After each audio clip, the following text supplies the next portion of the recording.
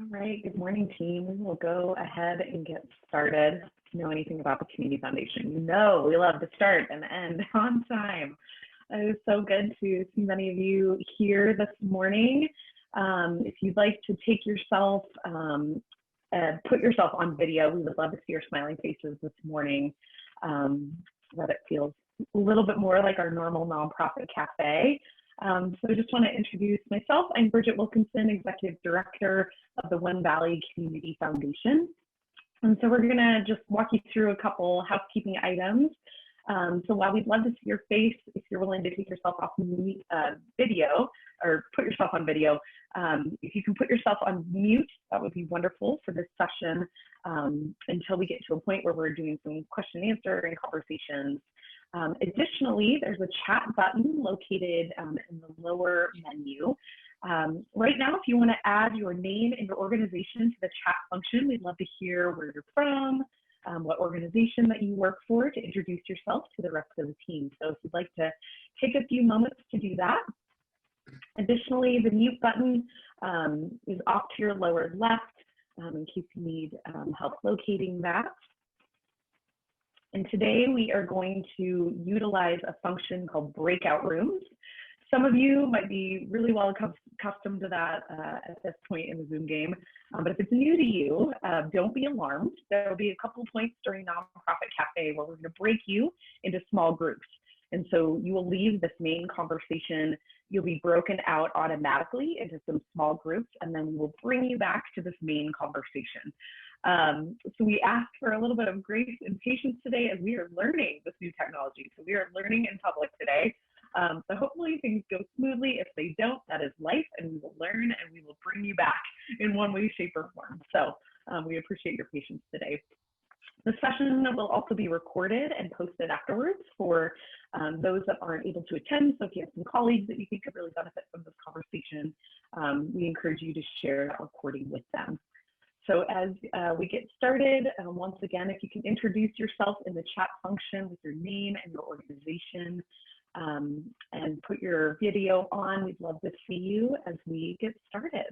So I will hand it back over to Maggie Crum, our Program and Events Manager. But before I do so, I want to tell you really briefly about the One Valley Community Foundation.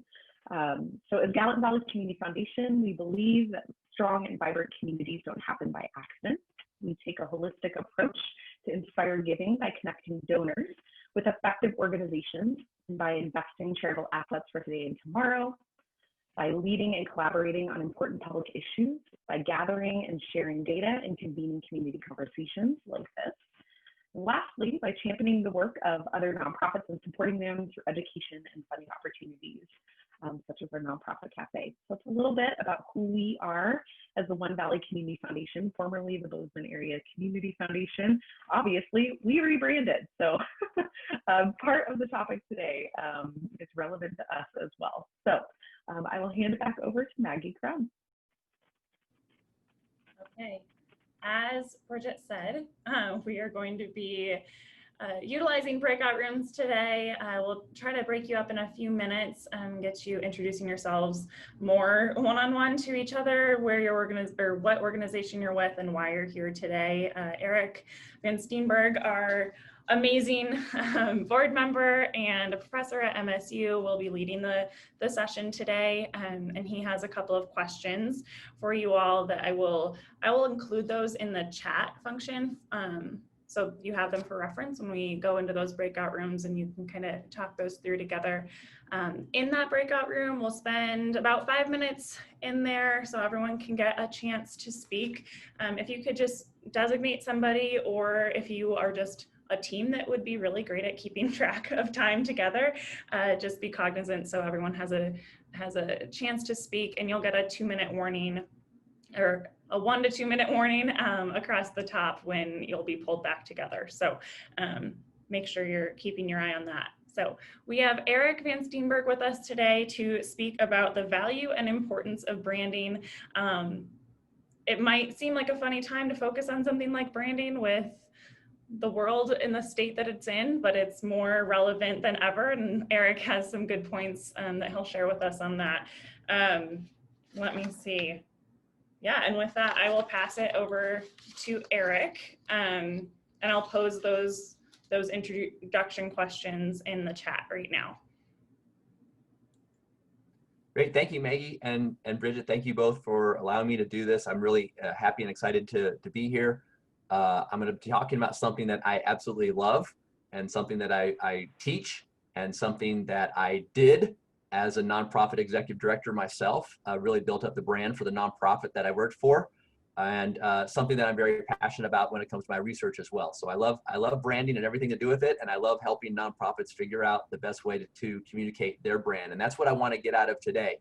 And as Maggie said, there's, some of you might be wondering, well, why are we talking about branding, today in the middle of a global pandemic, when I'm worried about, bringing in funds for our organization, and how are we going to conduct our next fundraiser, and where are we going to get volunteers, and so on and so forth. And to me, it's a very simple answer.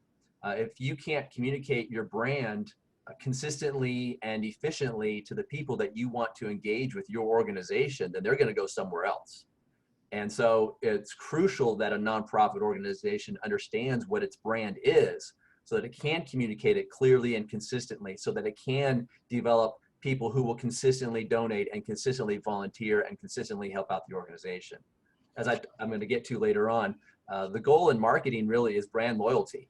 And so you can't have brand loyalty if you don't have your brand to begin with. So hopefully today, my objective is to give you some basic understanding of branding to begin with. I'm going to give you a lot of terms to maybe digest and understand the differences between this type of brand and this type of brand, and what it means to put a brand together.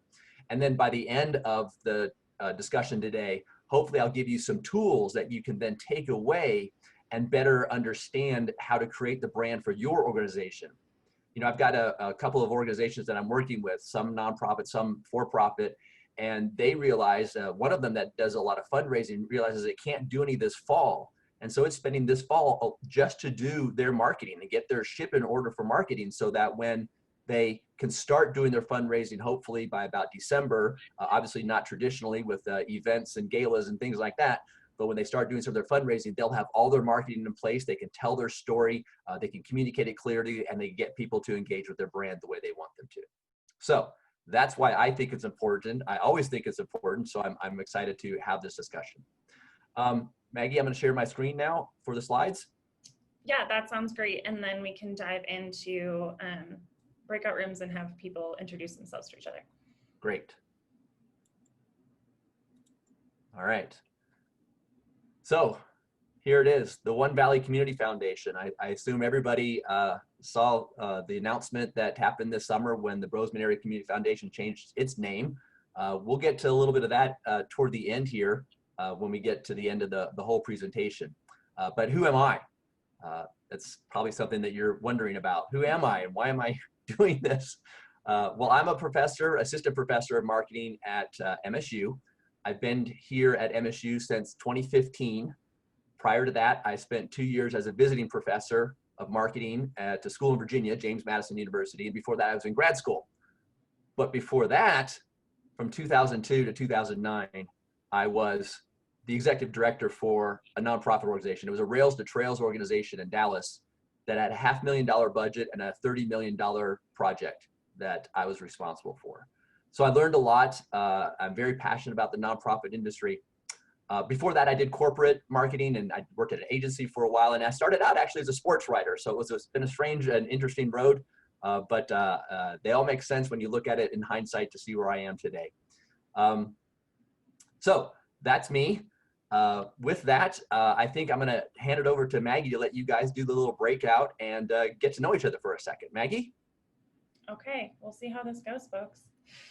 A reminder, you'll get a little notification when you've got a timer coming back, a timer to come back to the larger group. So just make sure everyone has a chance to share.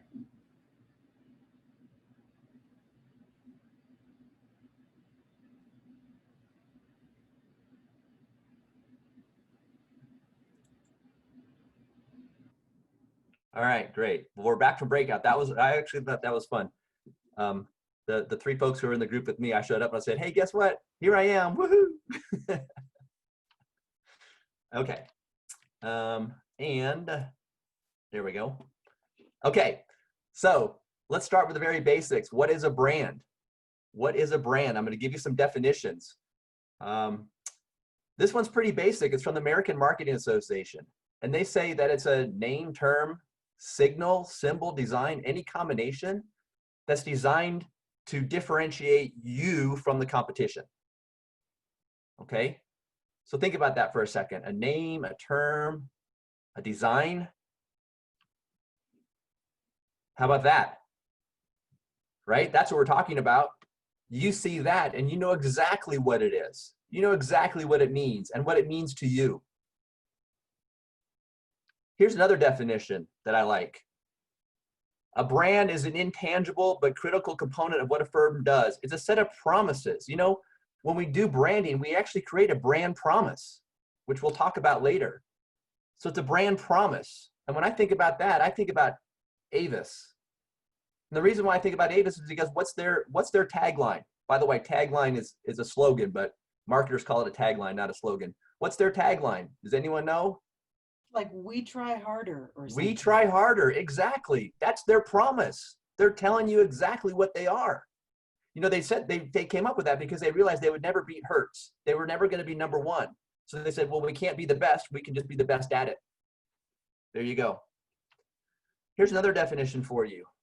A brand is the result of a synaptic process in the brain. Our brains are sponges for this content. You know, when we say the name of a brand or you see that logo, your brain starts firing and you have all these associations that you make to that idea that brand means for you. Here's one.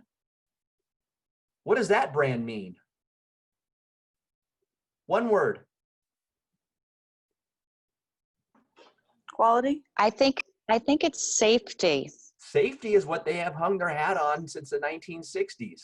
They decided to adopt the brand position of safety. Volvo has said that they are the safest family car for 50 years now. Now, they're not. Consumer Reports will tell you that they usually check in around number 5 or 6 for seat belts and crash tests and things like that, but it doesn't make any difference. They wanted to communicate safety. They've been doing that for 50 years, and typically when we say Volvo, people think safety. Quality too, maybe, but safety is a big part of what they want to communicate. What else is a brand? Well, I'm going to take those 3 long ones that we just talked about. This is my definition. These are the names assigned to the products or services offered by a company to its customers. It's as simple as that. And for you, your customers, of course, are donors and volunteers and your beneficiaries. So I've taken those 3 other definitions and distilled it down into this. Here's another part to it. The salient attributes that a specific consumer holds toward that company, product, or service. Now, salient, of course, I always challenge my students. I say, what does salient mean? It just means it's important to you.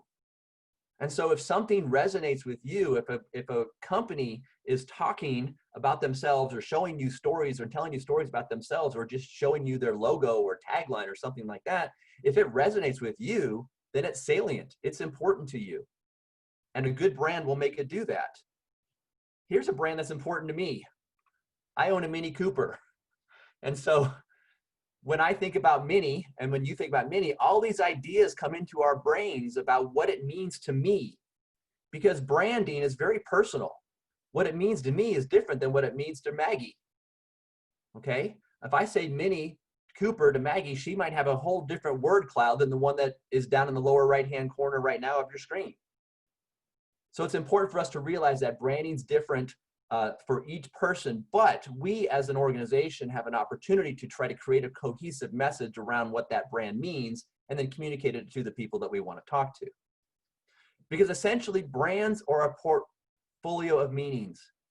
Each one of these has a different meaning to you than it does to the person who's right above you or below you on the screen right now. But it's still got a collective idea. There's still a collective set of associations you have for each one of these. I hope you know what every single one of these is on this page. If there's not one you don't know, then you're going to make me very sad. But hopefully you know them all. Most people say, well, what's that W thing with the flying whatever? Does anyone know what that is? Is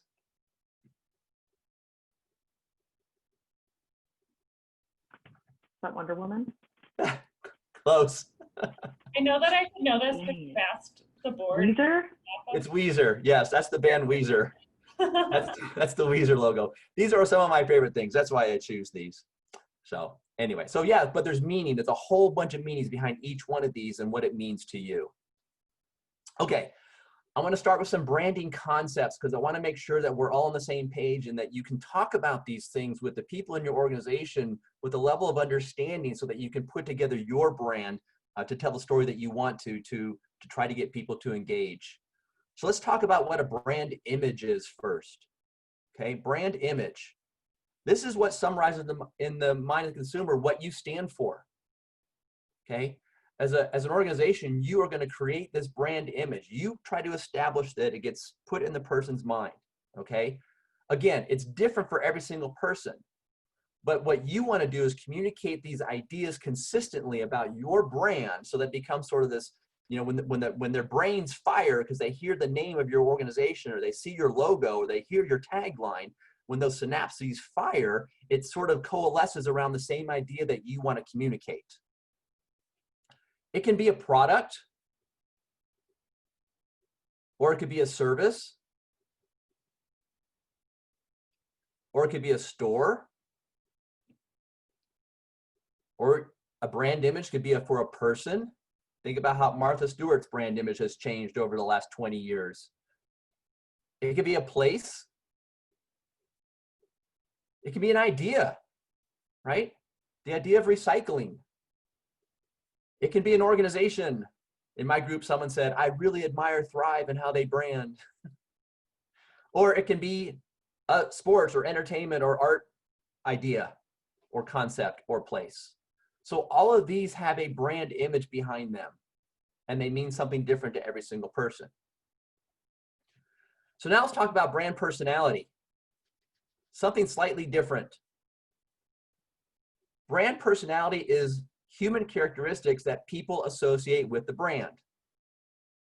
An incredible researcher at Stanford University named Jennifer Acker came up with this. She spent a decade in the 90s working on brand personality.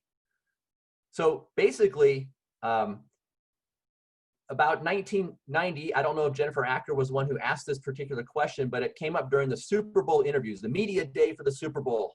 And the famous question you may have heard, somebody asked one of the football players, if you were a tree, what tree would you be? Well, that seems like a ridiculous question, okay? But what that's getting at a little bit is sort of that brand personality. I mean, who are you, okay? Let me give you an example. I had students one time who were working on a branding plan. I actually have taught branding in the classroom, and they were working on a branding plan, and the client they were working for was a brewery that was going to get started, a microbrewery that was going to get started. And we were in the college that I went to was in a suburb of Dallas named Denton, which was made famous in Rocky Horror Picture Show.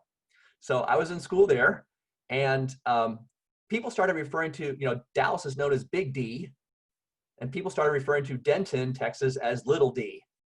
And so the students made a recommendation to the brewery that was going to get started that they should call themselves Little D Brewing Company. And when they wrote the branding plan for them, they came to brand personality and they said, Little D Brewing Company's brand personality is that you're the little brother who will always hang out with this older brother and friends. And they don't want you around, but you stay around anyway. And you join the pickup football game and you get beat to heck. But you stand up and you come back for more over and over and over, and you're always there, and they have to pay attention to you. And so that became the brand personality for Little D Brewing Company, and they adopted that. So you do need to think about what are the characteristics, human characteristics of your brand. So when Jennifer Acker did her research, she actually published this in 1997, how brand personality works. And essentially, your personality in the mind of the consumer falls into one of 5 areas. You're either going to be a sincere brand or an exciting brand, a competent brand or a sophisticated brand, or a rugged brand. And as you look at this branding personality architecture here, you see that there are some subterms underneath them. But when Acker did the research, she did hundreds of interviews and then ended up doing nationwide surveys with thousands of people. And she captured all this data, and it coalesced around these 5 areas, these 5 dimensions. So think about that. This might be something for you to seriously consider. which one of these could start our brand personality? Are we sincere, exciting, competent, sophisticated, or rugged? And I can tell you a brand that probably fits with every single one of those. Like if I were to say Jeep, okay? Jeep. Which one is Jeep? Ruggedness. Absolutely. Absolutely. It's not hard to see where certain brands fall. And you can do that with almost any brand that has really established itself. Okay, let's talk about brand loyalty. As I mentioned at the outset, really in marketing today, the goal is to develop brand loyalty because, you know, we can reach our audiences almost on a one-on-one basis. Think about all the things that you can personalize through your marketing on a digital format.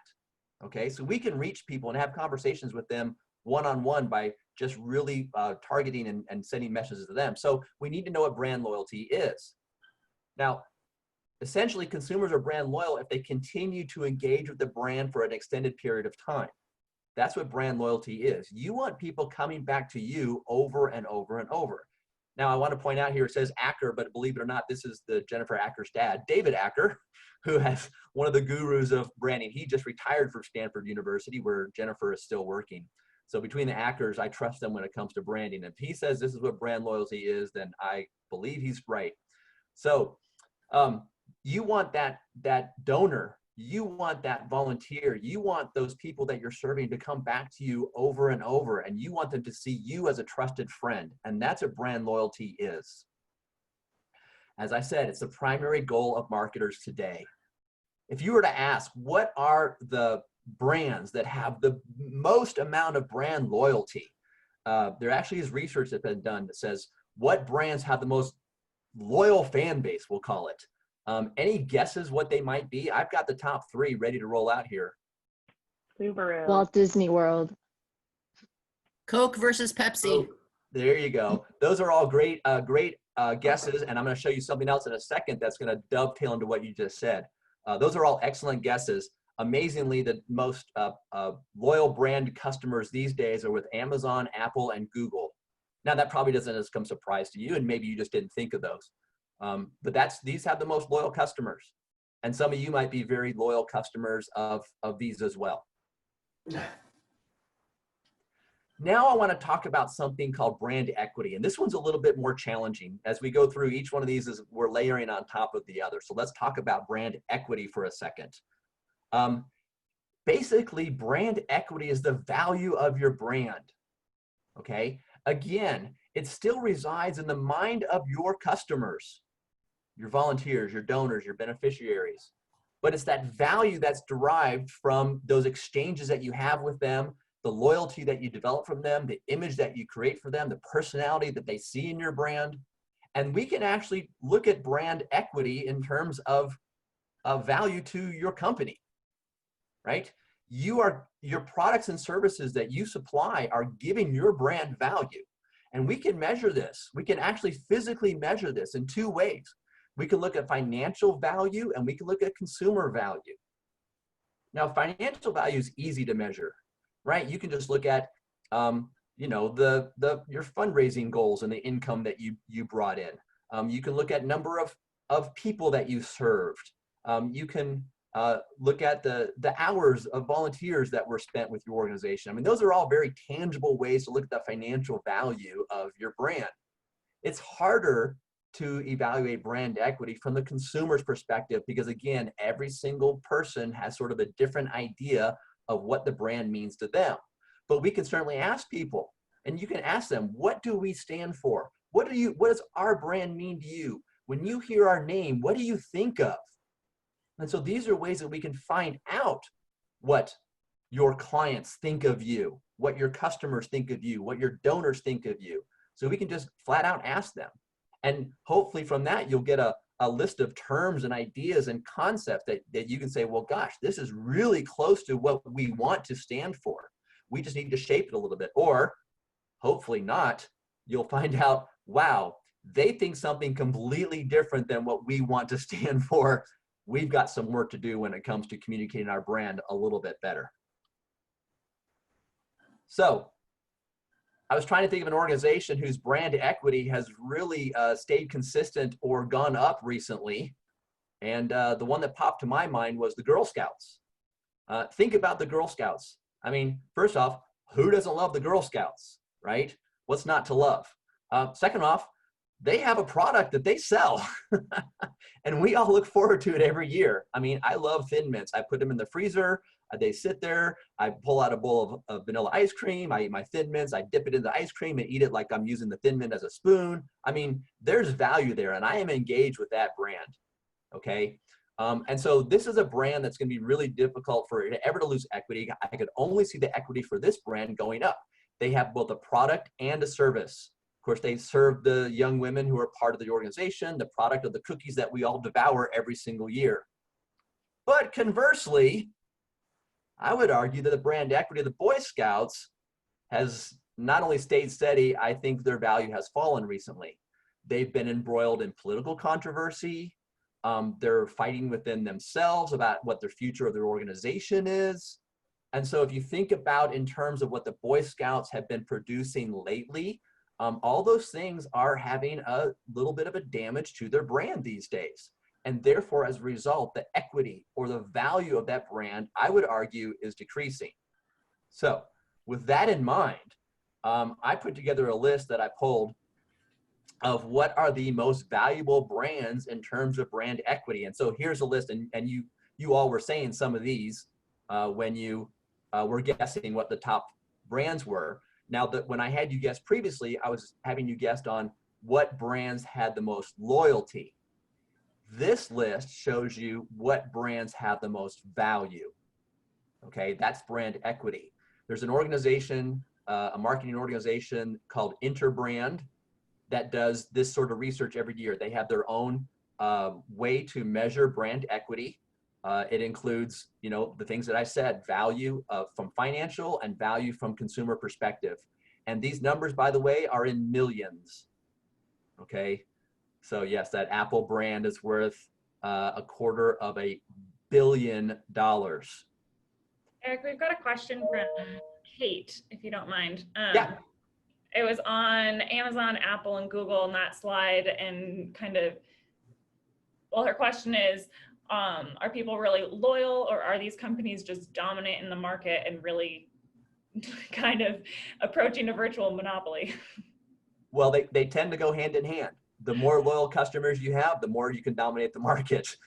So yeah, that particular research that I was citing there when I talked about that was they actually asked people, how often do you go back to revisit these brands? How often do you purchase?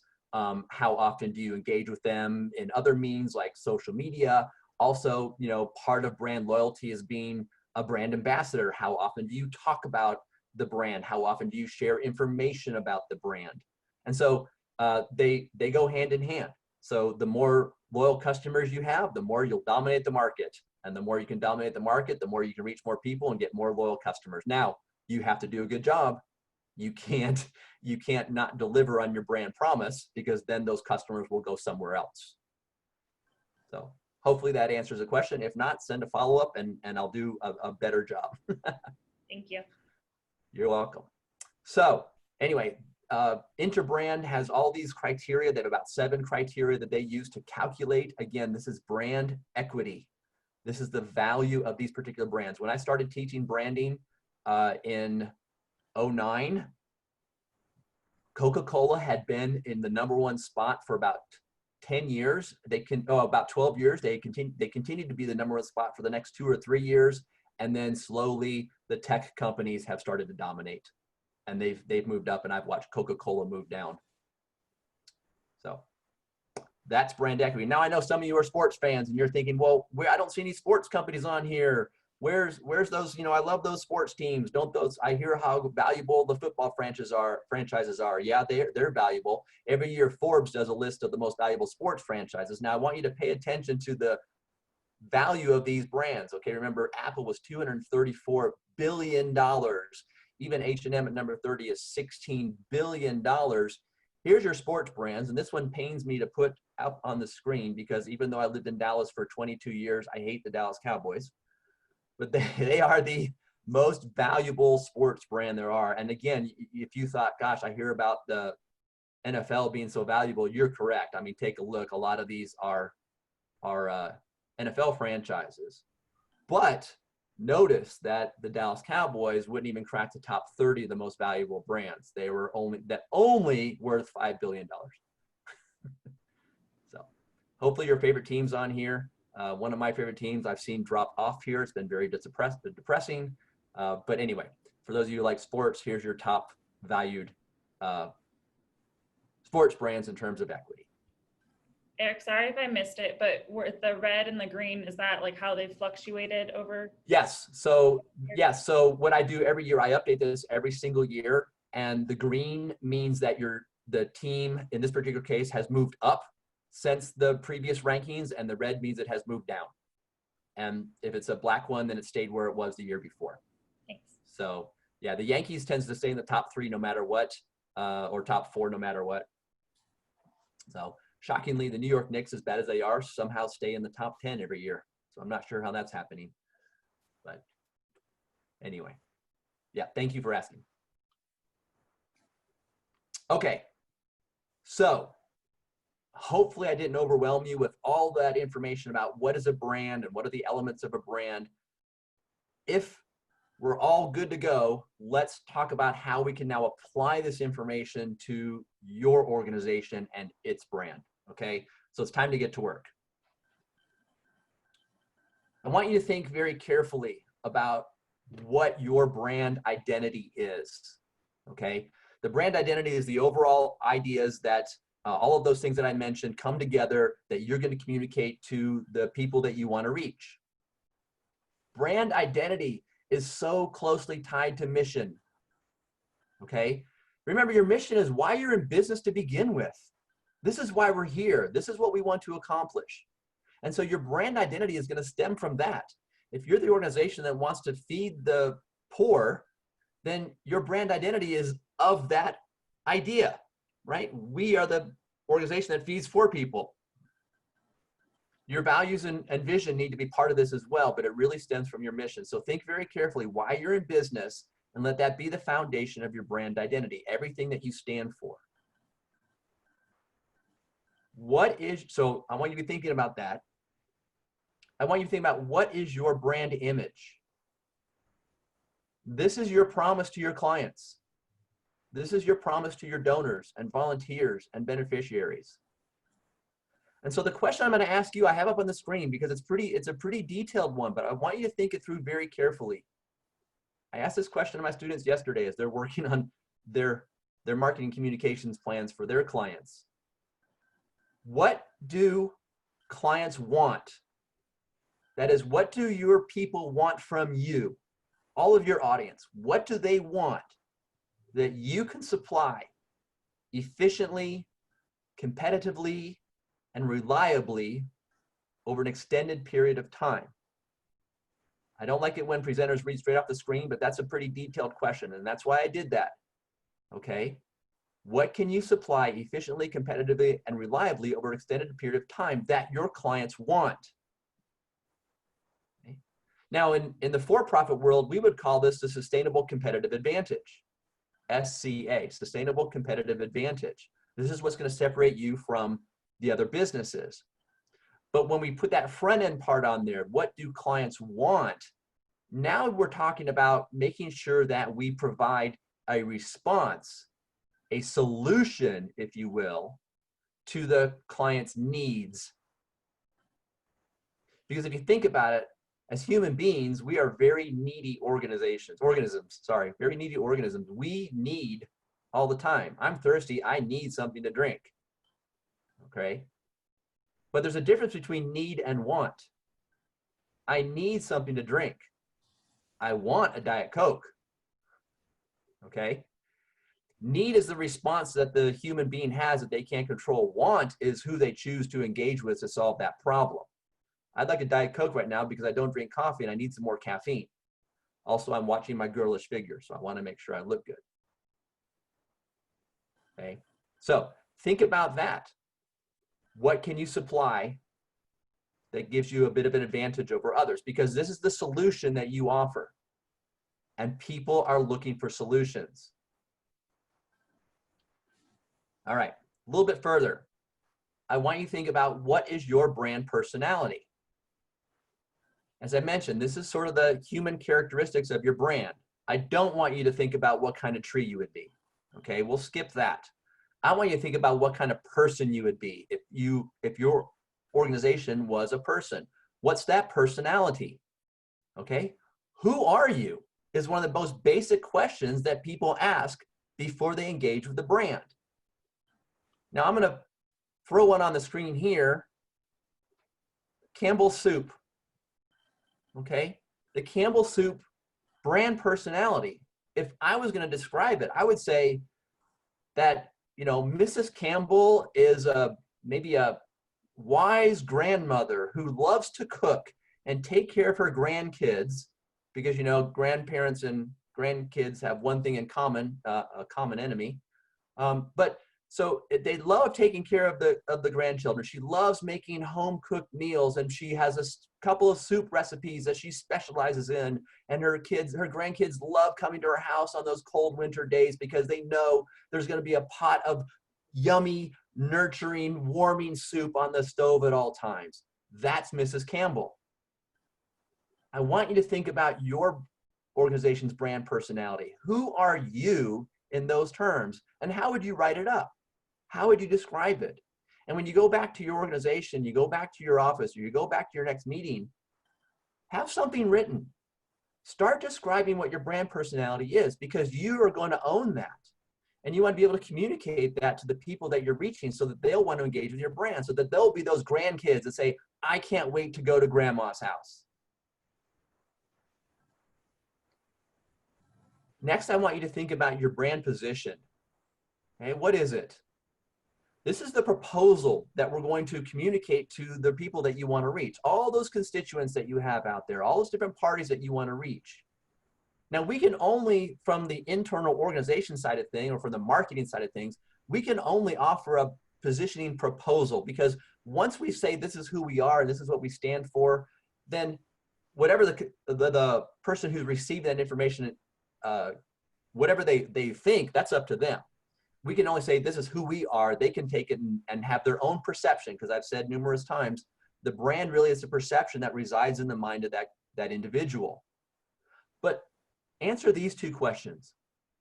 What do you want others to think about when they hear your name or see your logo? What do you want them to think about? And then here's the deeper question. What problem do you solve? I touched on this previously. What problem is it that you solve? We are all looking for problems to our answers, solutions to our problems. You need to be able to communicate that we solve this problem. Okay? Now, it's not necessarily going to be we are feeding the homeless or feeding the poor, because that doesn't solve the problem for the donor. The donor's problem is, I want to give some money to an organization that makes a difference. Where should I give it? And you need to talk about solving that problem for that donor. And you need to think about solving that problem for that volunteer. Those are important audiences for you. To help you along the route to think about what it is, the solution that you provide, the problem that you solve for your audiences, we're going to do a little exercise. We're about to go into our breakout rooms again. I'm going to give you a little bit more time this time, probably about 10 minutes. Because I want you to go around and really think about this one. I want you to wrap your brains around it, because it's not the easiest thing in the world. We're going to use a tool. It's up there on the screen, and I think Maggie's going to put a link to it in the chat if she hasn't already, so that you can have that tool available to you. The tool is called a reference market. And in marketing, we use the reference market. Actually, it's like the macro market. It's like the larger audience that we might want to engage with our brand. And so it's just part of the total market that you want to serve. Just like that mission, it's going to be expressed in terms of a solution. And so we're going to use something called the ABLE axis. Mr. Abel, A-B-E-L, Mr. Abel created this thing to help us think about this larger market that we want to serve. And it has these three components. So we've got the X, Y, and Z axis. I'm going to start with the X axis, which is the who axis. You can see on the left-hand side, it says we're going to talk about who is satisfied by the solution that you provide.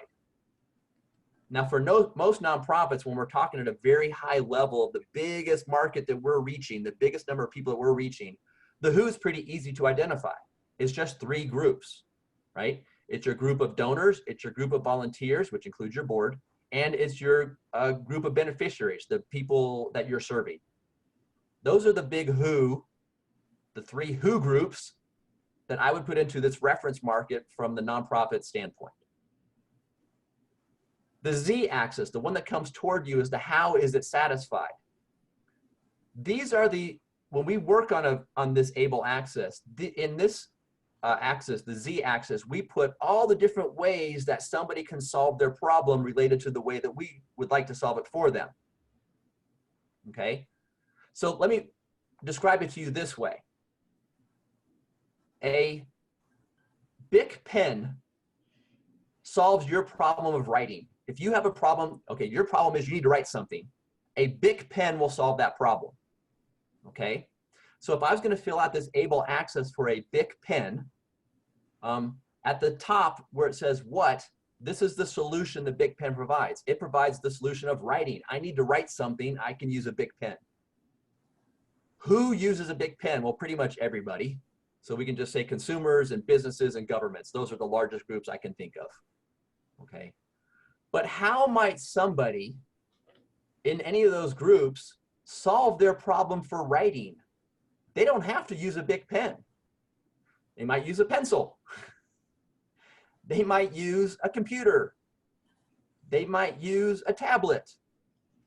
So in that how axis, we would put all the different ways that somebody can solve their problem for writing for a Bic pen. Now let me give you something even more to think about. How about a Mont Blanc pen? Right? A Mont Blanc pen. A Mont Blanc pen is not for writing. That's not why people buy a Mont Blanc pen, right? So Mont Blanc and Bic don't compete because people are solving different problems. If you're going to buy a Mont Blanc pen, you have a different problem that you're solving. The problem that you're solving is you probably need to give a gift.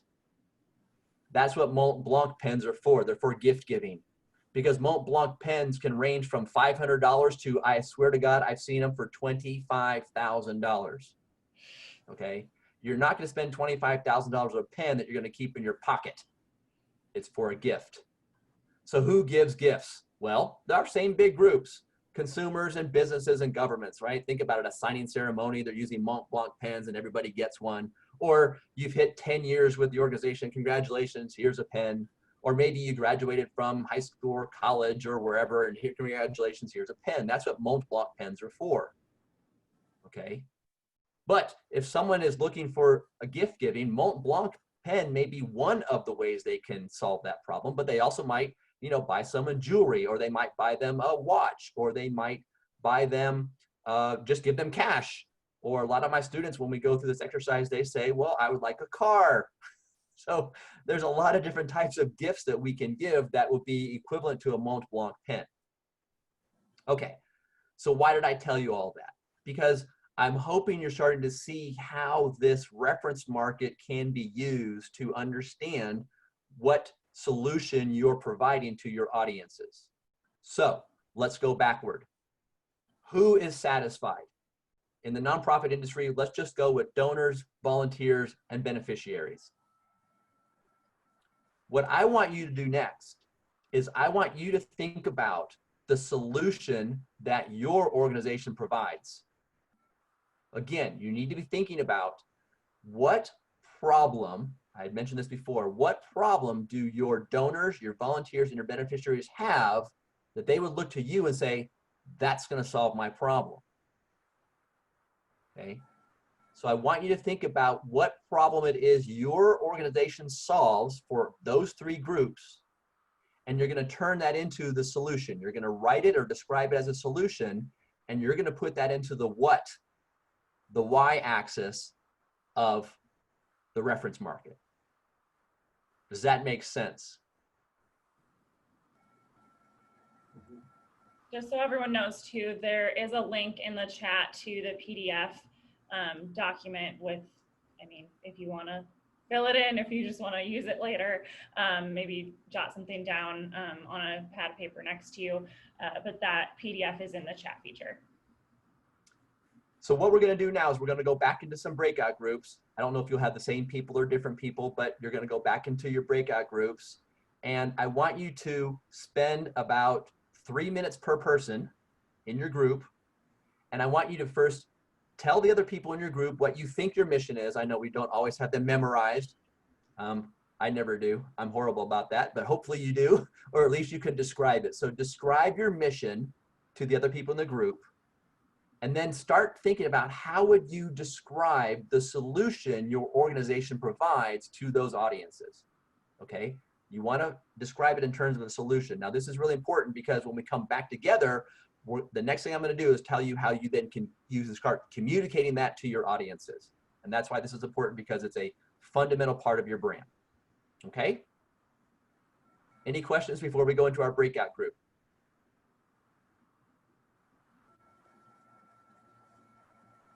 I am just going to move a couple of people around.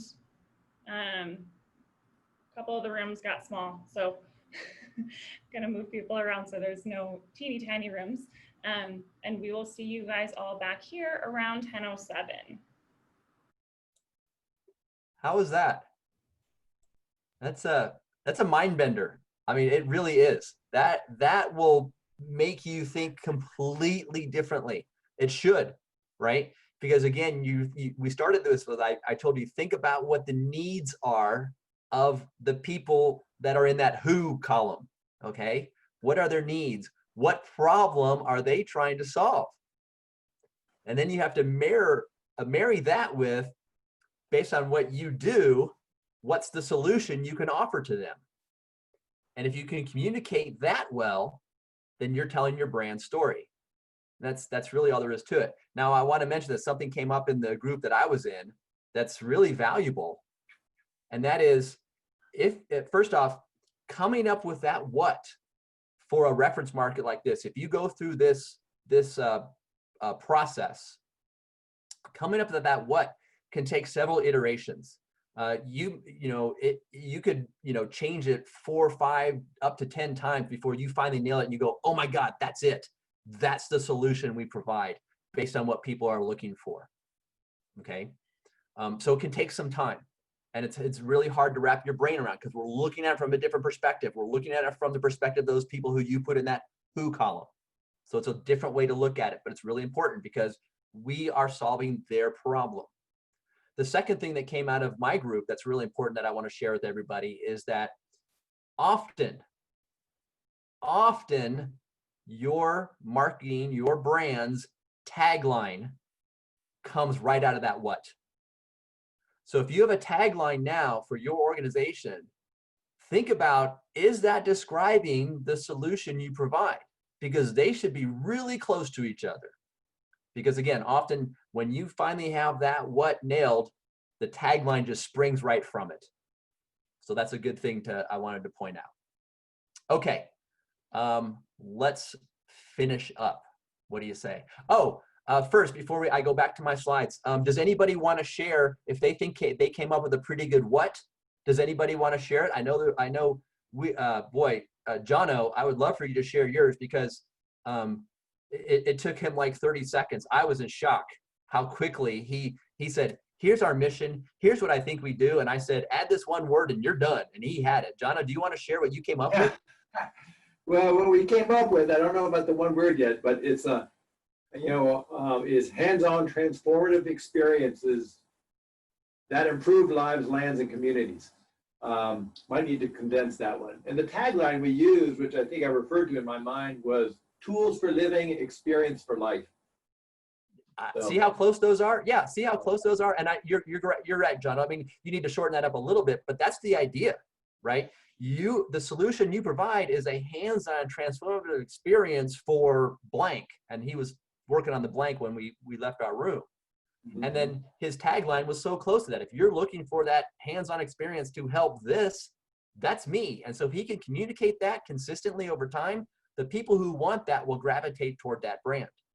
And that's how it works. Anyone else want to share their what? If I could share, I am with Project Wet Foundation, and our tagline is Water Education for Teachers. Our mission is advancing water education to understand global challenges and inspire local solutions. So our what is exactly what our tagline is. It is water education, and we teach people about water resources. We create resources, educational materials, we train educators, and we run events to raise understanding of water resources, because we believe that when people are educated about water resources, they will become water stewards and champions for water resources in the future. Yeah, so you're really close, and this happened in my group too. You have 1 foot where you need to be, and 1 foot you're still looking at it from your own perspective. Not to make you feel bad, but you are really close to describing the services you provide in there rather than the solution people are looking for. If you changed it just slightly from and started talking about it from so people are looking for that education. They want that experience in this. So just flip it slightly, and you'll be looking at it from your audience's perspective instead of your own. As we provide educational experiences, what are they looking for instead? Okay, so just bend it slightly, and you're there. When Good Eric job. and I were looking at this and preparing for this yesterday, we got to this part and I said, is that like, that would just be like what we do, right? That's like our mission. That's what we do in the community. And he was like, nope. I was like, okay. So it seems like it would be easier than it feels to figure out. So don't feel like you're alone in that. Yeah, it's hard. This is a hard exercise, and it does take iterative time. And so it's good to bring it back to your organization, and you really have to think about it from the need of the audience. What's problem do they have? What are they looking for? Because if you can communicate that, they'll go with you. I just wanted to flag, we've got about 15 minutes left. So perfect. I just want to leave some time for questions too. Perfect. Yeah. So I'm brutal with my students when I'm teaching them this. I say, if they're working for a for-profit company, I say, if you put the product in the what, you're not listening to your customers. Simple as that. You've got the approach of, we will build it, they will come. And when it comes to communicating a brand, we just can't do that. We've got to talk to them about, here's the solution we provide to solve your problem. Okay. So Kayla, you're really close. Just flip it a little bit and you're there. Well, that was my sneaky plot the whole time, was to try to get some free branding help from you. So thank you.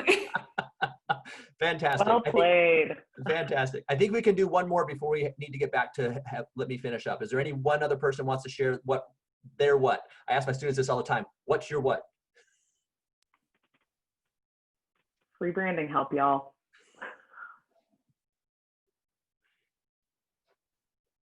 It's okay if you don't. Oh, sorry. Go ahead. Yeah, So- I guess. Go ahead. Yeah, so I work with Gallatin County Love Inc. and our what would be coming alongside our neighbors in need to bring them from surviving to thriving. Would that be kind of along the what lines? That's probably really close to your mission, isn't it? So that's what you do. Okay. Now turn it into, what is somebody looking for that's their answer? Okay. Okay. Huh. Okay. Yeah. So I hear your mission in there. So that's great.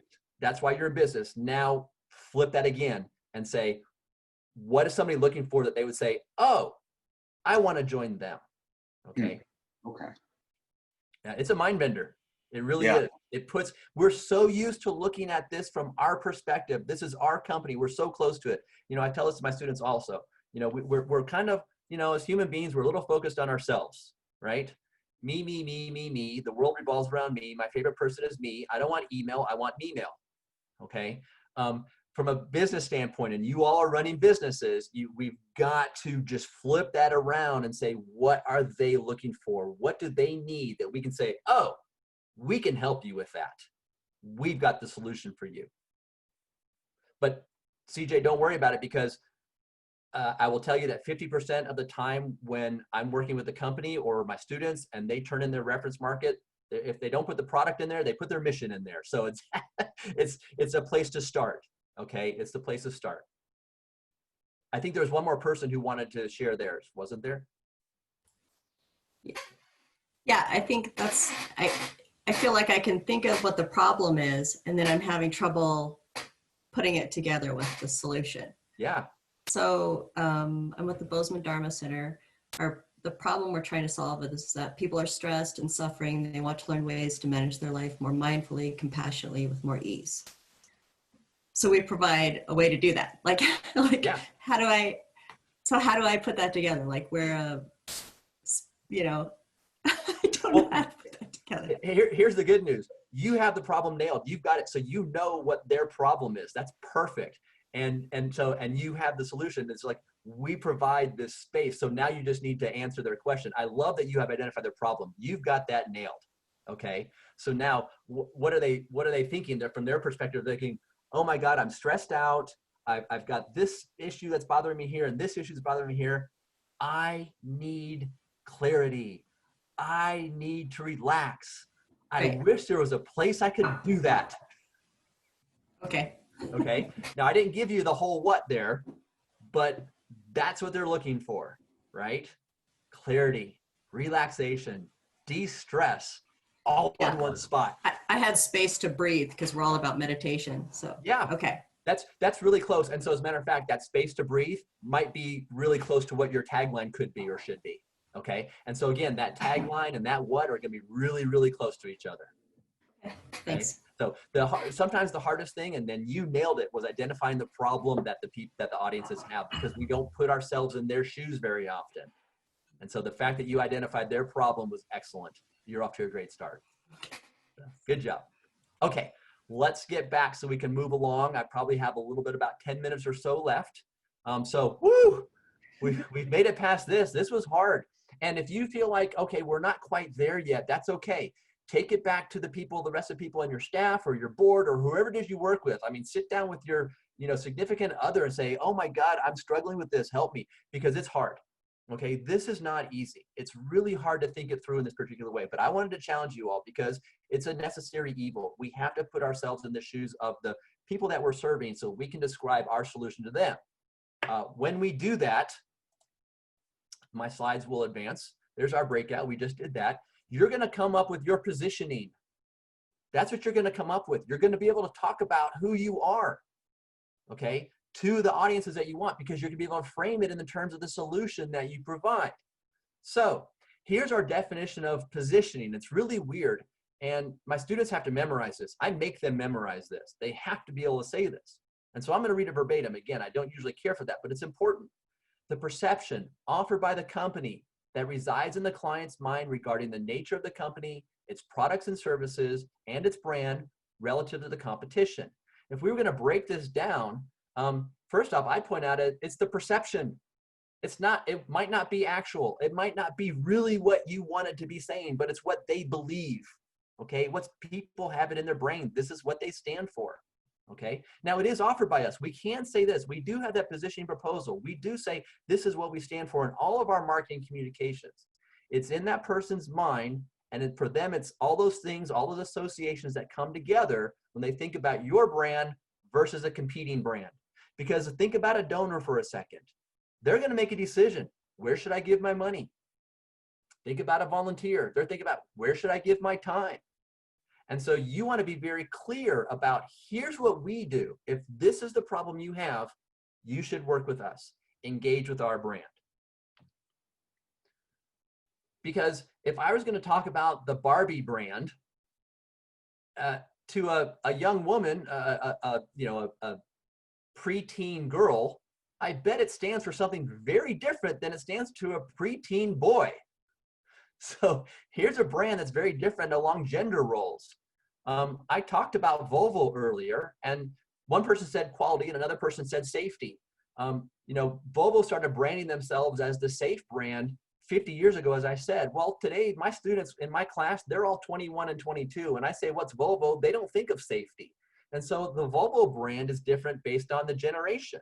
And then if I say Disney, well, that brand's different in people's minds, usually depending on whether or not they have a family or how many kids they have.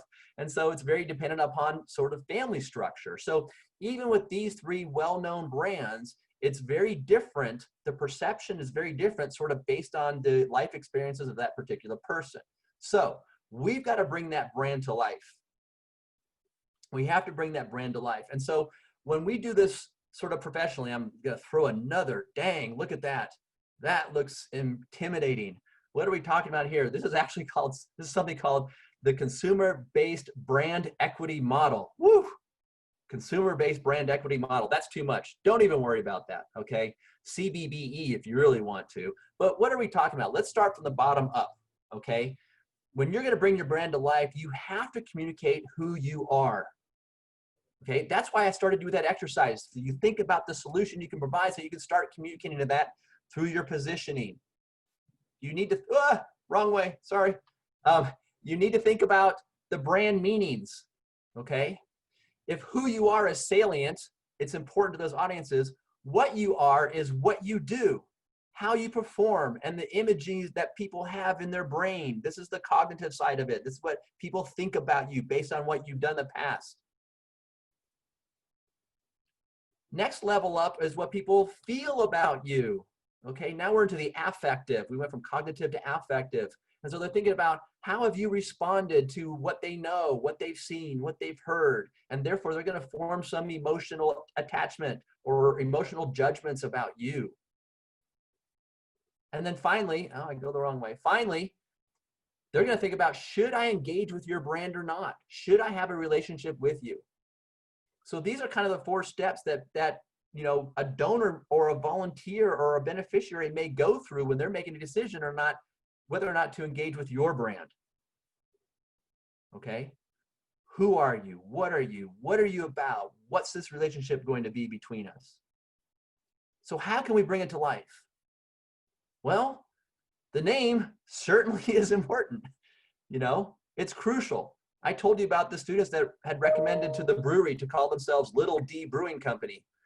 That was the thing to do. They ended up going with Armadillo Ale Works, which in Texas, I don't know if you know what armadillos are. They're like rats with shells, and you usually find them as pancakes dead on the side of the road. So we didn't think that's a very good brand to name themselves, and Little D was a lot smarter, but they didn't listen to us. But your name says a lot about who you are, so think about that. Sometimes a company has to change its name, One Valley. Your URL, right? That's where people are finding you online, so the URL can bring your brand to life. So can your logos and symbols associated with your organization. So think carefully about how they are communicating your brand. Characters. There are so many organizations that use spokes characters. I mean, depending on how old you are, I can throw out all kinds. Tony the Tiger, Mr. Clean. How about the Aflac Duck and the Geico Gecko? I mean, these are all things that those organizations have chosen to be part of their brand. How about the Maytag Repairman? I mean, these are all characters that can be part of your brand. Your tagline, we've talked about that. Remember, now you're educated, you're marketing experts, you're never going to call it slogan again. Your jingles, maybe there's, you know, if you've done something, you can have a jingle on your website. Jingles are great. You know why? Because music sticks in our brain. I have 4,500 songs in my music library on my computer, and I can sing along to probably every single one of them because music helps embed things into our brain better. And then finally, any packaging. You know, Girl Scout cookies is a great example there. But let me show you some other examples. How about the One Valley Community Foundation for a name? You know, they realized that they needed to make sure they were communicating to people that they were covering the whole area, not just Bozeman. And so it was really important for them to really come up with a name that reflected that and a URL that went along with it. They've got a new logo. They've got some symbols that go along with that as well. And then we didn't develop any characters for them because with Bridget and Maggie and Jen on board, we don't need any more characters at One Valley. But they do have a tagline, and it's been at the bottom of the screen the whole time because strong, vibrant communities don't happen by accident. And when we started this whole thing, Bridget said that, and it's being used on everything. And there's the symbolism that they use when they communicate that brand as well. So I would have been not doing my job if I hadn't mentioned and used One Valley as an example for branding. And so hopefully you can see how you might be able to bring your brand to life now by applying some of these things we've talked about here and in the previous slide. So with that, I'll say thank you very much, and I'd love to stay in touch with you. Here's how you can reach me. Please feel free. Do not hesitate ever to email me. That's my work email address, eric.vansteenburg@montana.edu. That's my mobile number. I still have a Dallas number because, you know, even though I wasn't born and raised there, I claim that as my home. And so you can reach me there. And I'd love to connect with you on LinkedIn. So there's my LinkedIn. You can reach me there. With that, I think we probably have about 5 minutes left or so, and I'd love to open up for any questions anybody has. I'll leave this on a screen for just a second so you can write down my contact information. And then one last thing I'll mention is that I teach a class where students work on a marketing communications plan where they basically, marketing communications is how to support the brand. And every fall, I have 12 different clients that I use in that class. And in the spring, I have 6 different clients. And I like to have at least 50% of them be nonprofit organizations. So if your organization would be interested in getting now student level work, but I push them really hard in this class. And the work's been pretty good these days. But if you would like to contact me to say, gosh, we'd love to maybe have a marketing communications plan from your students. It takes them the entire semester to do it. But when it's over, you'll have something that I guarantee you, there'll be at least one idea in there that you haven't thought of before that you say, oh my gosh, we have to do this now.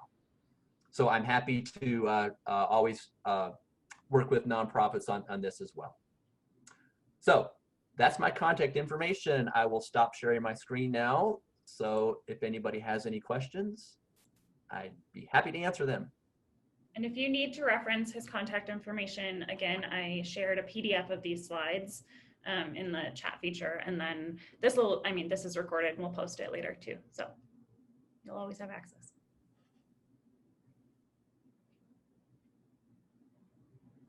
Eric, I have a question. For organizations with limited resources, what do you think is the most effective thing we can do within our organizations, with our boards, our staff, to move things forward? We can't all consult with your students. So what can we do? So first off, I would say if you can, try to dedicate some resources to branding and marketing, okay? And it doesn't have to be a ton, but let's say we're gonna carve out, a little bit of time each week, or a part of our board retreat this year, we're gonna spend, 30 minutes to an hour talking about it, making sure that we're on the same page so that we know what we stand for and how we wanna communicate it. And then the most cost-effective way of communicating the brand these days is digitally. And so you've got, your website is the #1 location for your brand anywhere. It used to just be online. Now it's the best location for your brand anywhere. So everything starts with your website.